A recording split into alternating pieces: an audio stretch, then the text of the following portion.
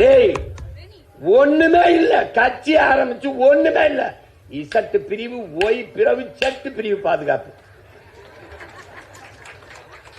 ஏய் சிரிக்காத, சத்தியத்தின் மகன் நான், சத்தியம் தான் பேசுவேன். ஒண்ணுமே இல்லாத எல்லா பயலுக்கும் இசட்டு, ஒய் பிரிவு, பாதுகாப்பு, அப்படி துப்பாக்கி இப்படி துப்பாக்கி. நாட்டின் முதலமைச்சர் ஓயிட்டு இருக்கு வண்டி, ஒங் ஒங் ஒங் ஒங் ஒங்கின்னு ஒரே ஒரு ஜீப், ஒரே ஒரு வண்டி, அபாய ஒளி, சைரன், ஆங்கிலத்தில் சைரன் சத்தத்தை எழுப்பி போயிட்டு இருக்கு.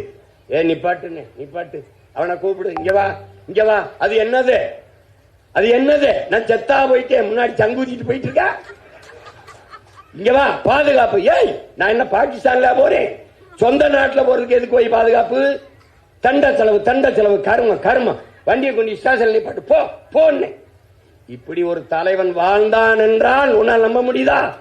ஒரு தலைவன் வாழ்ந்தான், இன்னும் ஒரு தலைவன் வாழ்வான். அவன் பேரன் சீமான் தான் வாழ்வான். சீமான் உங்களுக்கு நிறைய த்ரெட்டன் இருக்கு, த்ரெட்டன் இருக்கு. எல்லா பயிலும் உங்க மேல எதிராக இருக்கான். உங்களுக்கு உங்க உயிர் ஆபத்து, நீங்க பாதுகாப்பு. டே நாட்டுக்கு நான் தான்டா பாதுகாப்பு, எனக்கு என்னடா போட போட போட ஓட. ஒரு தலைவன் தன் உயிருக்கு பயந்தான், அவன் எப்படி மக்களுக்கு பாதுகாப்பு கொடுப்பான்? உயிருக்கு பயப்படுற கோழை எப்படா நாட்டுக்கு தலைவனாக முடியும்? நாட்டுக்கு மக்களுக்காக தன் உயிரையே கொடுக்க எவன் துணிஞ்சிருக்கானோ அவன் தான் தலைவனா இருக்க முடியும். அப்படி இருந்த தலைவன் எங்கள் தாத்தன் காமராஜ் தான்டா, வேற எவன்டா? எவன் இருக்கான்? எவன் இருக்கான்? ஒன்னு ரெண்டு இல்ல, எவ்வளவு நாட்கள் வேணுமாலும் அவன் புகழை பாடிக்கொண்டே இருக்கலாம். ஒரு ரெண்டு காரணம் எல்லாம் கிடையாது. உலகத்தில் இப்படி ஒரு தலைவன் வாழ்ந்திருப்பானா என்று இதெல்லாம் பேசுறதுனால என் சொந்தக்காரன் பூரா எனக்கு ஓட்டு போட்டுருவ. நீ என்ன போட்டு எனக்கு போட்ட? ஒரு ஓட்டு என்ன போட்டியா? இந்தியாவிலேயே ஒரு அரசியல் தலைவன் சொந்த சாதியால் நிராகரிக்கப்பட்ட ஒரே மகன் நான் ஒருத்தன் தான் இருக்கேன்.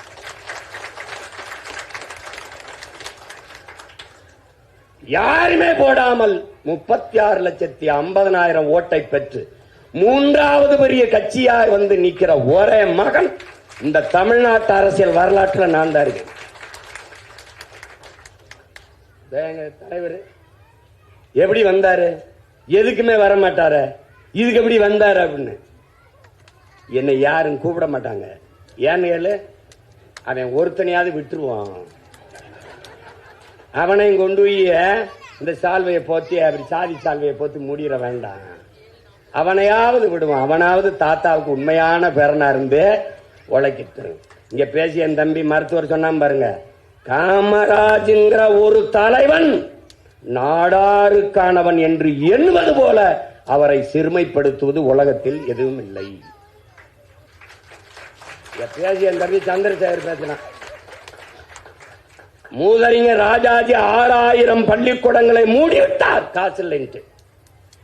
அறிவார்ந்த தமிழ் சமூக மக்களே, என்னரும் தம்பி தங்கைகளே, 6000 பள்ளிக்கூடங்களை மூடிட்டார். ஒருத்தன் வாரான், அந்த 6000 பள்ளிக்கூடங்களையும் திறந்து அதற்கு மேலே 14,000 பள்ளிக்கூடங்களை திறந்து நம்மளை எல்லாம் படிக்க வைத்தார். இங்கே மேடையில் இருக்கிற எவனும் சரி, இவனும் சரி, எந்த கொம்பனும் அவன் திறந்த பள்ளிக்கூடத்தில் படித்தவர்கள் தான் என்பதை எவனும் இருக்க முடியாது. அப்துல் கலாம் அவர்கள் வந்து படிச்சு அறிவியல் விஞ்ஞானியாகி அணுகுண்டு கண்டுபிடிச்சு பொக்கரன்ல வெடிச்சு இந்தியா வல்லாதிக்கம் என்று பேசிக் கொண்டிருந்தால் அது காமராஜர் திறந்த சாதிதான், பள்ளிக்கூடம் தான்.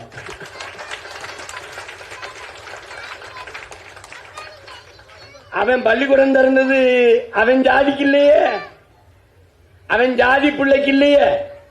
என் தம்பி சந்திரசேகர பாண்டியன் சொல்ற மாதிரி நம்மளுக்குன்னு ஒரு கல்லூரி இருக்கு, பள்ளிக்கூடம் இருக்கு, வா அப்படின்னு அவன் சொல்லல. எல்லாரும் வான்னா. அங்க பறையன் இருந்தான், தேவேந்தர் இருந்தான், தேவர் இருந்தான், கவுண்டர் இருந்தான், வன்னியர் இருந்தான், கோனார் இருந்தான், பிள்ளை இருந்தான், முதலியார் இருந்தான். ஏன் அவன் சாதி தலைவன் அல்ல, சாதித்த தலைவன், சமூக தலைவன் அல்ல. ஒரு தேசிய இனத்தின் பெருந்தலைவன். அதனாலதான் அவன் பெருந்தலைவன். உலகத்தில் அறிவார்ந்த என் இன சொந்தங்களே, என்னை பெற்ற பேரன்பு மிக்க பெரியோர்களே, தாய்மார்களே, என் அன்பு தம்பி தங்கைகளே, உலகத்தில் எல்லாருமே தன்னலவாதிகளாக தான் இருந்திருக்காங்க. எந்த மனித குணமும் தனக்கு கிடைக்காதது எவனுக்கும் கிடைக்கூடாது தான் நினைப்பான். இங்கே எல்லாரும் தான், இங்கேயும் தான். என் கடையில வியாபாரம் இல்ல, இவன் கடையில வியாபாரமா, இப்படிதான் நினைப்பான். உண்மையா இல்லையா? அதை மட்டும் எனக்கு எனக்கு 2 கண்ணு இல்லைனாலும் பரவாயில்ல, அவனுக்கு ஒத்த கண்ணாவது போயிடணும். இதான் ஊழவியல் மனித மனம். யான் பெற்ற இன்பம் பெருகை வையகம். இதான் நம் முன்னோர்கள் பாடி வச்சது. யான் பெறாத இன்பத்தை பெருகை வையகம் நினைச்ச ஒரே மகன் உலகத்திலேயே தாத்தா காமராஜ் தான். சினிமா உலகை ஃப்ரேம் பை ஃப்ரேம் படம் பிடித்து காட்டும் தந்தி டிவி சினிமா சேனலை இப்பவே சப்ஸ்கிரைப் பண்ணுங்க.